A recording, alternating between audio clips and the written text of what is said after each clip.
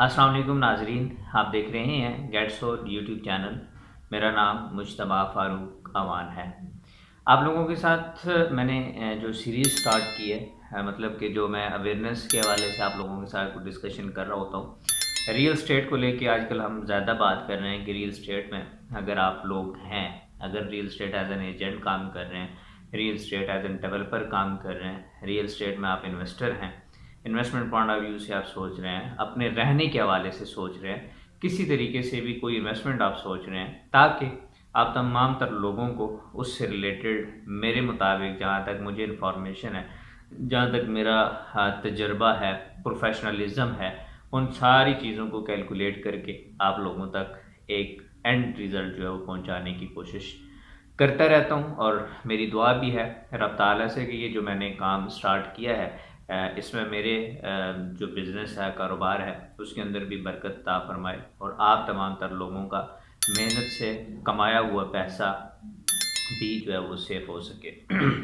इससे पहले कि आज के उन्वान की तरफ मैं आगे बढ़ूं, आपने चैनल को सब्सक्राइब नहीं किया, चैनल को सब्सक्राइब कर लें, साथ में बने बेल आइकन बटन को ज़रूर प्रेस कर लीजिएगा और कमेंट एंड शेयर करना मत भूलिएगा।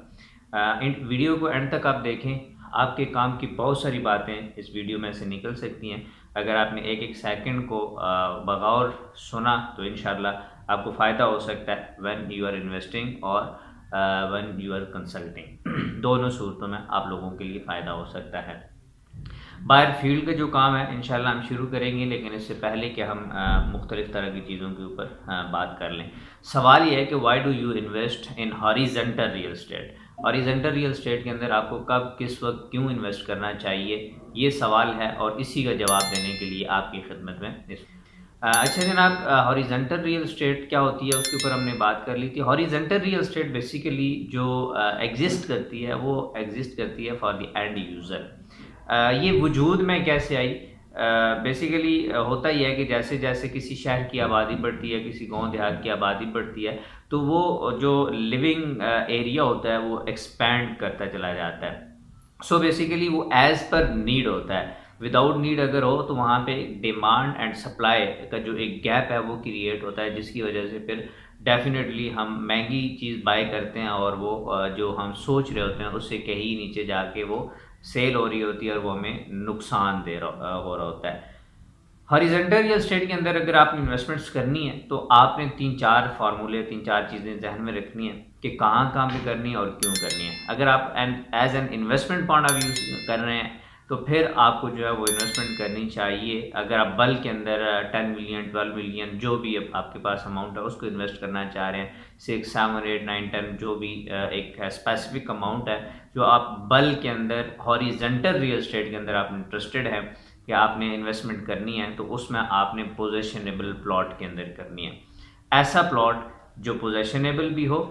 और इर्द गिर्द आबादी भी, यानी कि लोग अपना घर बनाना शुरू कर रहे हों, उसको अगर आप 1 साल 2 साल के लिए होल्ड करते हैं तो अब एक ही फैक्टर रह जाएगा कि वहाँ पे जैसे जैसे आबादी बढ़ेगी, वो जैसे जैसे कंजस्टेड एरिया होता जाएगा, वहाँ के प्लॉट की वैल्यू जो है वो इंक्रीज़ होती चली जाएगी। करनी आपने प्लॉट के अंदर है, घर के अंदर आपने इन्वेस्टमेंट नहीं करनी। और सेकंड, अगर आपने हॉरिजॉन्टल रियल एस्टेट के अंदर इन्वेस्टमेंट करनी है तो it is very very important कि आपने रेजिडेंशियल प्लॉट से बेहतर है किसी कमर्शियल प्लॉट के अंदर जो है वो जॉइंट के तौर पर आप उसको ज़रूर ले लीजिएगा, क्योंकि आपको जितना कमर्शियल प्लॉट बेनिफिट देता है इससे कम आपको जो है वो रेजिडेंशियल प्लॉट जो है वो आपको बेनिफिट दे रहा होता है। फिर उसके बाद आपने, ये तो था इन्वेस्टमेंट पॉइंट ऑफ व्यू से अगर करना है। अगर आपने खुद रहने की गर्ज से करना है तो फिर अहादीस मुबारक भी है जिसका मफहूम है कि जो कुछ भी आप करना चाह रहे होते हैं ये बिल्कुल सेपरेट होता है। मतलब कि आपका जो एक एरिया है यानी जहाँ पे आपने रहना है वहाँ पे किस तरह के लोग रह रहे हैं, नेबर जो है वो आपने ज़रूर डिफ़ाइन करनी है कि वहाँ पे नेबर कैसी है। लेकिन हाउसिंग सोसाइटीज़ के अंदर मोस्टली ऐसा नहीं होता कि किसी को मालूम हो कि मेरे नेबर के अंदर कौन रह रहा है और मेरे नेबर में किस तरह के लोग रहते हैं। बहरहाल हमने जहाँ पे भी रहना है हमने कोशिश करनी है कि हमने प्लॉट लेके उसके ऊपर कंस्ट्रक्शन करनी है। अदरवाइज़ हमने घर जो है वो लेना है, लेकिन किसी अच्छी सोसाइटी के अंदर। और भी बहुत सारे ऐसे फैक्टर्स होते हैं जहाँ पे हॉरिजॉन्टल के अंदर करनी चाहिए, लेकिन एक बात ज़हन में रखनी है, अगर आप रेंटल इनकम के हवाले से करना चाह रहे हैं तो एक फार्मूला ज़हन में रखिएगा कि commercial is better than horizontal for investment point of view, for rental point of view. कि आप अगर रेंटल इनकम लेना चाह रहे हैं कि आपको फिर कमर्शियल के अंदर जाके इन्वेस्टमेंट्स करना होगी। इसी तरह सोसाइटीज़ के अंदर, फाइल्स के अंदर आपने इन्वेस्टमेंट्स नहीं करनी